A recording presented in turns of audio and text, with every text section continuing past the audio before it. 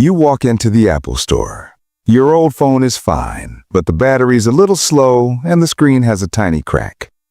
You convince yourself you need the upgrade. It's for work, right? It's a productivity tool. So you drop $1,200 on the new iPhone Pro Max Titanium. You walk out of the store feeling good. You feel successful. But then you get into your car and you look at the phone. It's sleek, it's futuristic, and suddenly your old frayed charging cable looks like garbage next to it. It feels wrong to plug this masterpiece of engineering into a $5 gas station cable. So you buy the new MagSafe charger. That's $40. Then you get home and you put the phone on your nightstand. But wait, your cheap plastic phone case looks ridiculous on this titanium device. You need the leather case. That's $60.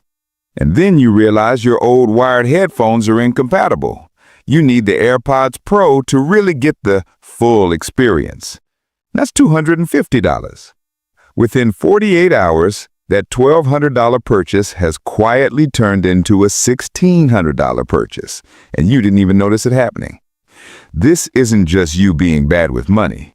This is a psychological chain reaction that has destroyed more fortunes than the stock market ever could.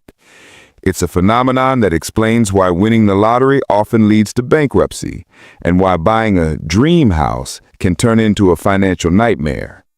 It is called the derail effect. My name is Bobby, and on this channel, we explore the invisible scripts that keep us broke. Most people think they buy things because they need them. Today, I'm going to prove to you that you buy things because your other things are demanding them. If you want to stop the spiral and actually keep the money you earned, smash that like button and let's dive into the story of the man who lost everything because of a bathrobe. To understand why you can't stop spending money, we have to travel back to France in the year 1765. Meet Denis Diderot. He was a famous philosopher, the co-founder of the encyclopedia, and a brilliant mind. But despite his fame, Diderot was broke. He lived a humble life, he wore old clothes, he walked on old rugs, and he sat on a rickety wooden chair in a dusty library. And he was happy. He was content. But then, everything changed.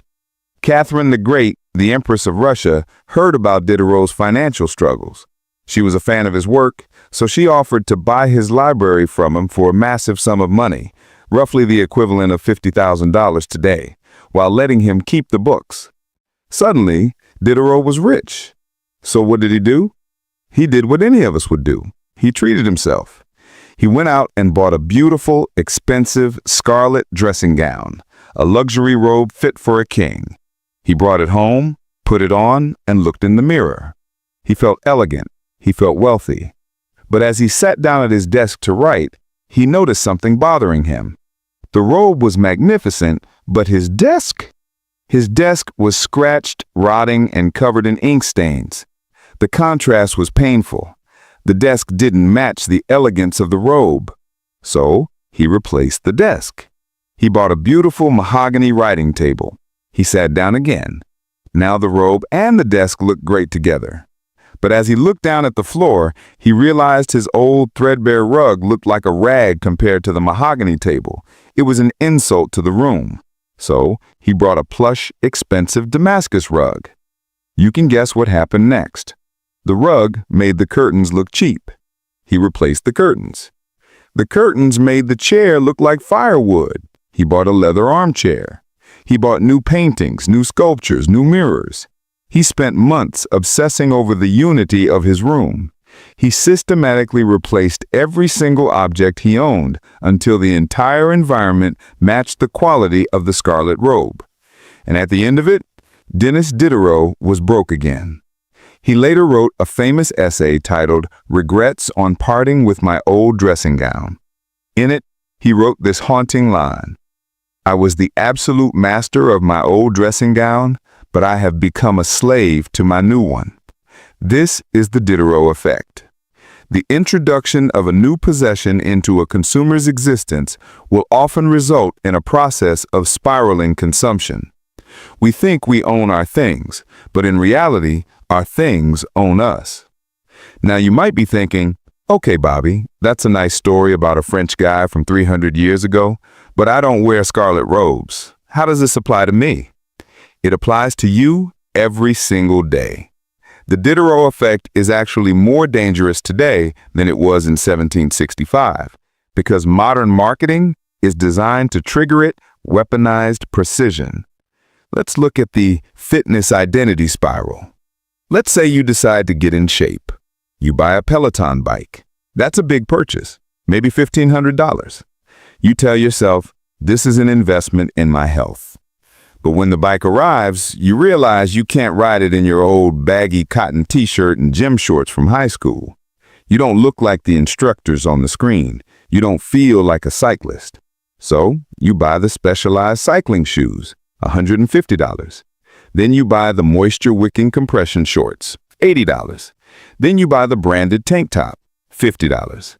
Then you realize the bike looks cluttered in your messy living room. You need to create a Zen workout space. You buy a yoga mat, some dumbbells, maybe a new smart TV to cast the workouts. Suddenly, you haven't just bought a bike. You have bought an entire identity. This is the core psychology of the derail effect. Identity consistency. As humans, we crave consistency. We want our external world to match our internal self-image. When you buy a high-status item, like a luxury car or a designer handbag, you are upgrading your identity. If you view yourself as a Honda Civic person, you're comfortable wearing jeans and eating at McDonald's. But if you stretch your budget to buy a Porsche, you have shifted your identity. You are now a Porsche person. And Porsche people don't wear scratched sunglasses. Porsche people don't have cheap IKEA furniture. Porsche people don't eat off paper plates. The car acts as the anchor item. It sets a new baseline for your entire life. And every other item in your life that falls below that baseline creates psychological tension. It feels wrong. So, to relieve that tension, you upgrade everything else. The car forces you to upgrade your wardrobe. The wardrobe forces you to upgrade your vacation spots. The vacation spots force you to upgrade your luggage. You aren't spending money because you want to. You are spending money to maintain coherence in your story. This is why the fake it till you make it advice is actually financially toxic. If you fake it by buying a Rolex before you can afford it, that Rolex is going to demand a suit, a car, and a dinner tab that will bankrupt you. Let's break down the math of the chain reaction cost. Most people calculate the cost of an item in isolation. They look at the price tag and say, can I afford this $500 item? This is the wrong way to think. You need to calculate the chain reaction cost. Let's take the classic example, home renovation. You decide to renovate your kitchen. You budget $10,000 for new cabinets. That seems reasonable. But once the new white modern cabinets are installed, your yellowish 10-year-old refrigerator looks disgusting. It works perfectly fine, but visually it clashes. It breaks the consistency. So you spend $2,000 on a stainless steel fridge. Now the fridge and cabinets are sleek and modern. But looking down, your vinyl floor looks cheap and dated. The contrast is unbearable. So you rip up the floor and put in hardwood. That's $5,000. Now the kitchen is a masterpiece. It looks like a magazine cover, but it's an open concept house. So when you stand in your beautiful new kitchen and look into the living room looks like a dump. The old brown sofa looks sad. The paint looks dull. The kitchen renovation has leaked into the living room. You end up painting the whole downstairs and buying a new sectional. The final cost? It wasn't $10,000. It was $35,000. The $10,000 cabinets were the scarlet robe. They were the anchor that made everything else look inadequate. If you had kept the old cabinets, you never would have noticed the floor. You never would have hated the fridge. You were happy with them before. The upgrade created the dissatisfaction. This brings us to a terrifying realization. Upgrades are often downgrades in disguise. When Diderot had his old robe, he didn't worry about ink stains. He used it to wipe his pen. It was functional. He was the master of it. When he got the new robe, he became terrified of ruining it. He became stiff. He lost his freedom. When you buy a brand new expensive white couch, you stop letting your friends drink red wine in the living room. You stop letting the dog jump up. You stop living in your living room because you are servicing the object. You become the curator of a museum, not the resident of a home. So, how do we stop this? How do we break a psychological pattern that is hardwired into our brains? We can't just live in a cave and never buy anything nice. That's not realistic. But we can build firewalls to stop the spiral. Here is my 3-step defense strategy against the Diderot effect. Strategy number 1. Predict the chain reaction. Before you buy any upgrade item, a new car, a new console, a new suit, you must pause and ask yourself, what else will this item demand? If you buy the PS5, will it demand a 4K TV to see the graphics properly? Will it demand an extra controller? Will it demand a subscription to PlayStation Plus?